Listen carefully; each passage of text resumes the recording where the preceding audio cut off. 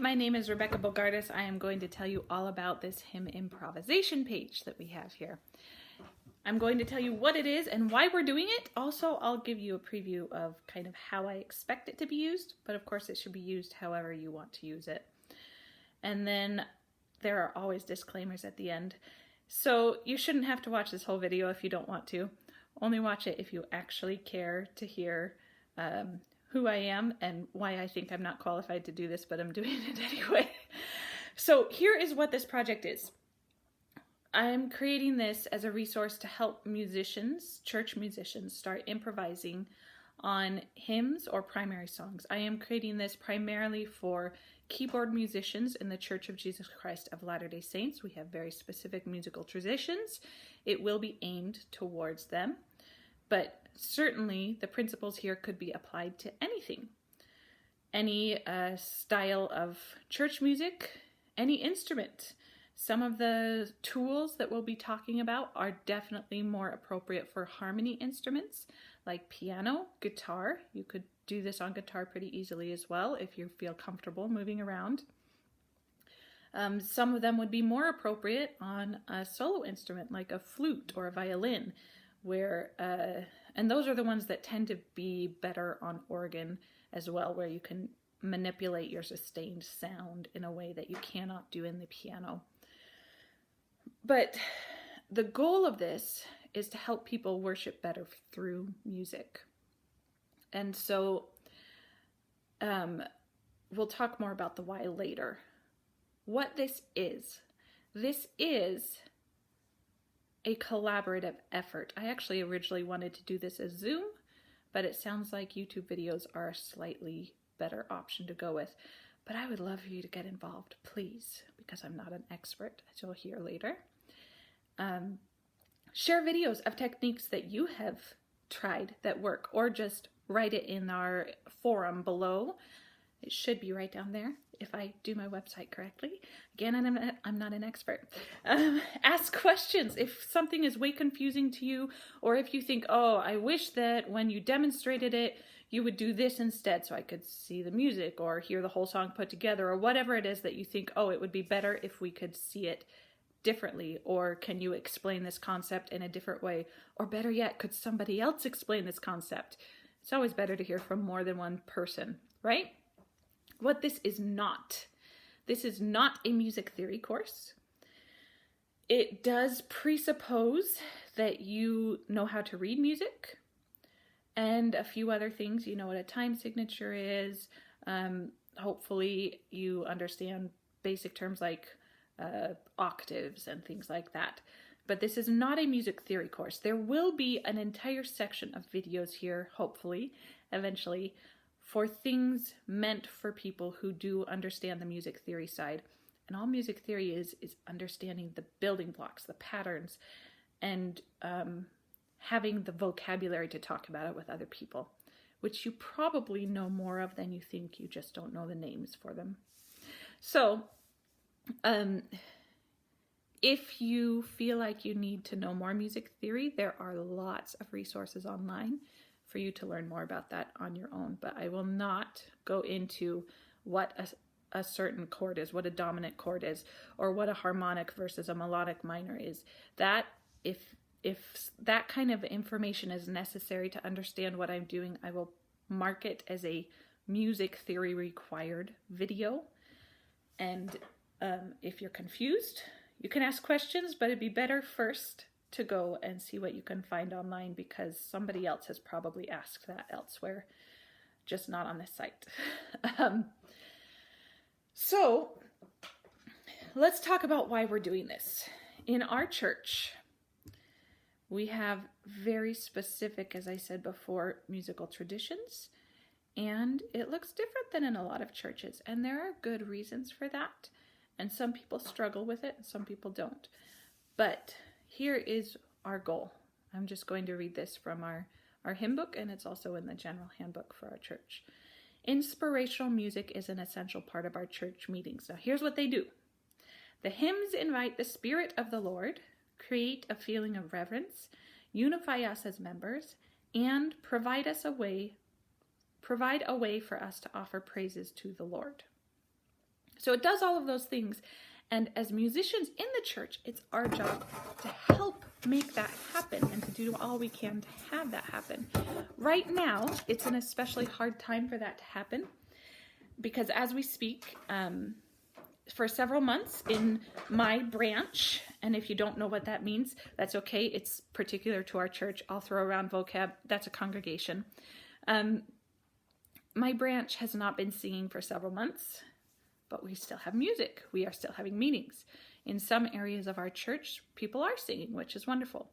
But in our entire several state area, there are no singing in our church services right now, which is a little daunting when you're the organist or the pianist and you realize that your job is to help people worship through music, but they're all paying attention to you. Whereas in the past, they were singing with congregational singing and connecting to the words that way, we hope, at least.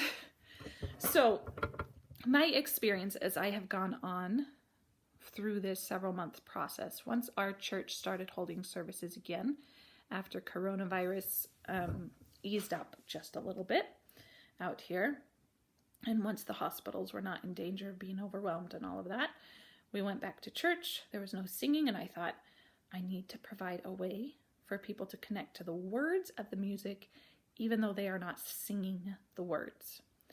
And the way I decided to do that was to connect to the words myself in a way that I have not done before.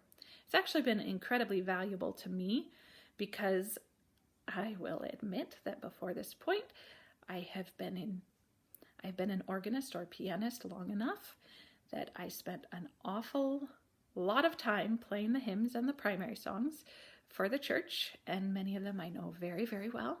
So it would sometimes be Saturday or Sunday or not at all that I would play the hymns before the service. And of course I wasn't singing while I was playing. Some people do. I don't, in church at least. Every once in a while I'll try. But I wasn't connecting in the same way that I would be if I was singing the words. So I started connecting to the words of the hymns a little better this way. I have always done improv for prelude, whether I'm playing organ or piano.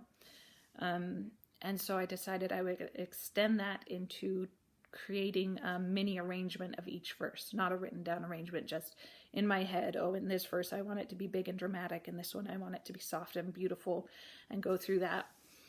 And thinking about the important words, the important parts, the most meaningful parts of each hymn, and bringing those out and highlighting those, maybe emphasizing the punctuation of the words. And I did this knowing that people would not only not be singing the words, but many of them would not be looking at the words because we were not passing out physical hymn books. One of the things that we have tried to do is to ask the congregation to look up the hymns on their devices if they can, so that they can follow along with the words. This has become very good for me as a musician and for me as my spiritual life as I reconnect with the lyrics that really mean a lot in these hymns and seeing how they pair with the melodies. It's hard to know sometimes how well it works for the congregation. What I have heard, people enjoy it. There are times when I think, am I grandstanding? Am I being the performer instead of the person who is helping worship? And I don't think I have crossed that line. If you feel like doing something like this would be for you, don't do it. Do whatever works for your congregation. So that is why we are doing this. The reason why we're doing this is because I know that in my area, there are not very many keyboard players, pianists and organists that feel comfortable doing this kind of thing, taking a hymn as written and turning it into something that is meaningful to you, but is not necessarily exactly what's written in the hymn book. But there are lots of easy ways to do that. You don't have to know music theory in order to manipulate a melody or a hymn. So we're doing this to try to inspire people to experiment. You'll hear me say that a lot in the videos. Go experiment, have fun, find what works for you. And as they do that, hopefully they'll become more confident and find their own techniques and share them with us, because I would love to learn some things that work for you guys. I would love to hear success stories, things like that. Here is how I envision this happening. Basically, whenever I get a chance and I have an idea in mind of a tool that you could use to help you improv on a hymn, I'll just sit down and make a video and post it on YouTube, and then I will put it here on my webpage, which is, I'm going to call it Hymn Improv, I think is the last one. So it's www.studiobulgaris.com/hymn improv, HYMNIMPROV. I'll put that in the description too. I'll put them here, and I will put them divided into two sections. The things that I think do not require any vast music theory knowledge, and the things that I think do require some basic music theory knowledge in order to be able to implement. If you think I put it in the wrong category, please tell me and I can move it. That's totally fine. But here's the other thing I would love to happen. Send me a link of a video you've made, or send me something that, some idea even just written down, and I will put it also on this page so that other people can see that. There is, like I mentioned before, the forum where you can put in questions and things like that. Basically, if you're preparing something for next week, sit down, watch one of the videos that you haven't watched before, pull out a song, see if it applies to that song well, or if it's a wretched match, experiment with it, and get braver and braver. I would recommend that at the beginning, you only try these in prelude, just because it takes time to develop the confidence if you've never done this kind of thing before. If you're ready to play it for a regular sacrament meeting, go for it. That's awesome. That's about how it will work. So, I just want to end with a couple of disclaimers. I'm not an expert at anything that I'm going to do here. I'm not a videographer. I'm not a professional pianist by any stretch of the imagination. I haven't taken formal lessons since high school. Just kind of experience as I've gone along. I am a teacher. I am a music teacher, but my principal instrument is not piano or organ. It is flute. And so this is different for me. Also, another disclaimer is I do not have an adequate organ to show you techniques on. If somebody else does, please use it. 2 years ago, we moved to an area where there is not an adequate organ in the building. There is a little tiny rock organ that is missing most of the stops that would be on a regular church organ, and it only has a 1-octave pedals, and the pedals are narrower than normal size pedals. And I could go on and on. It has all kinds of interesting sound effects that we would never use in church, but it doesn't have the stops that I would expect to find on an organ. So if you have an organ, or if you have a one of those hybrid things that I know are in some units that are a piano and you can turn it into an organ sound, I think it's a Kawai instrument maybe, feel free to post your own videos, because I would love to get videos of people trying techniques on those actual instruments. More about me. I have spent time as a church musician, obviously, quite a bit of time, many years, and have gotten to spend time training youth organists and things like that, going to workshops, all that great stuff. I also, because I am a teacher, I am posting this on my studio website, because that's the website that I have. So there is, I think I put it up there, just a little button with a home on there. That is the link to my regular website. So if you wanted to contact me, there is a contact page on that website. I kind of disabled everything on this page so that you guys wouldn't be distracted by all of the stuff that I put up for my students, because you don't need that stuff, and for my other clients. That's me. Not an expert. My lighting will be awful. I will make mistakes when I play. This is just how it is. I don't actually know all that much about this stuff. It's just what I've found over the years from various workshops and lots of trial and error. And everybody can do trial and error and find what sounds good to them. So that's my hope.